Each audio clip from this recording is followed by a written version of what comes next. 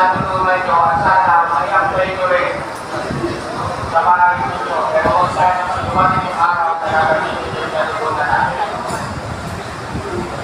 So this awareness, ang gagawin natin isip nila. Lack, over, and all. So hindi ko alam, siguro yung iba ganito kung matagal na dito sa construction, siguro sa mga naging company nyo, na-practice nyo na rito. So basic lang naman, makikinig tayo kay safety bomb ng ICAS. So i-demo na sa inyo kung paano gagawin natin yung lack, over, and all. After next demo, gagawin natin lahat, gagawin natin na maayos. So kung may magsasabi kung tama na kung hindi pa, so pipicturean namin kayo kung sino magdala natin sa itong iskalahan. Okay. So hopefully, sana lahat tayo dito, seryosohin natin itong practice na to at yung mga dadating pang ibang mga practice natin. So hindi lang naman to para sa akin, para dito sa inyo lahat.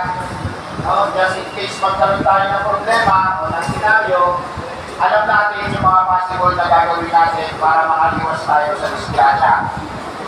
Nagkakaintindihan po ba tayo? So ang pakiusap lang namin sa inyo, makinig lang at sundin natin yung instruction, tignan natin yung demo, gawin natin yung maayos para makakain tayo ng maayos. Makakain tayo ng maaga. Okay po ba? Nagkakaintindihan po ba?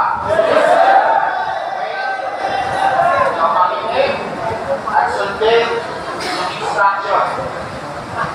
Okay? Ulitin nyo. Makinig yung instruction.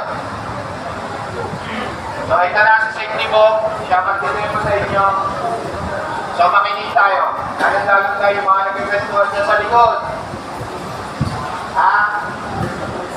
So makinig muna tayo. Ilang minuto lang ito, maaari itong magsalba ng buhay nyo o ng pamilya nyo. Okay? Maraming salamat. Okay, good morning!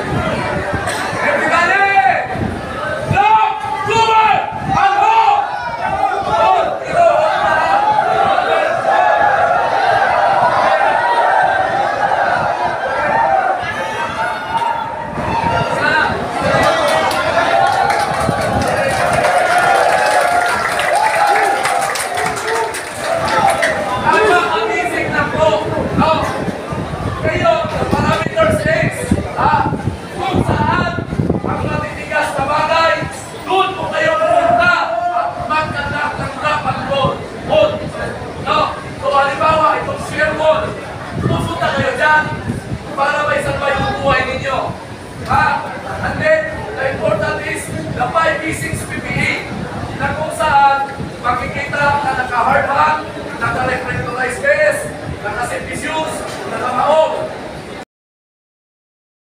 Yan! Kayo maliligtas.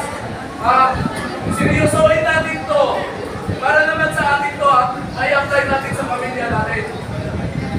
Hindi ito jokes para magpunta tayo dito para lang kumawa.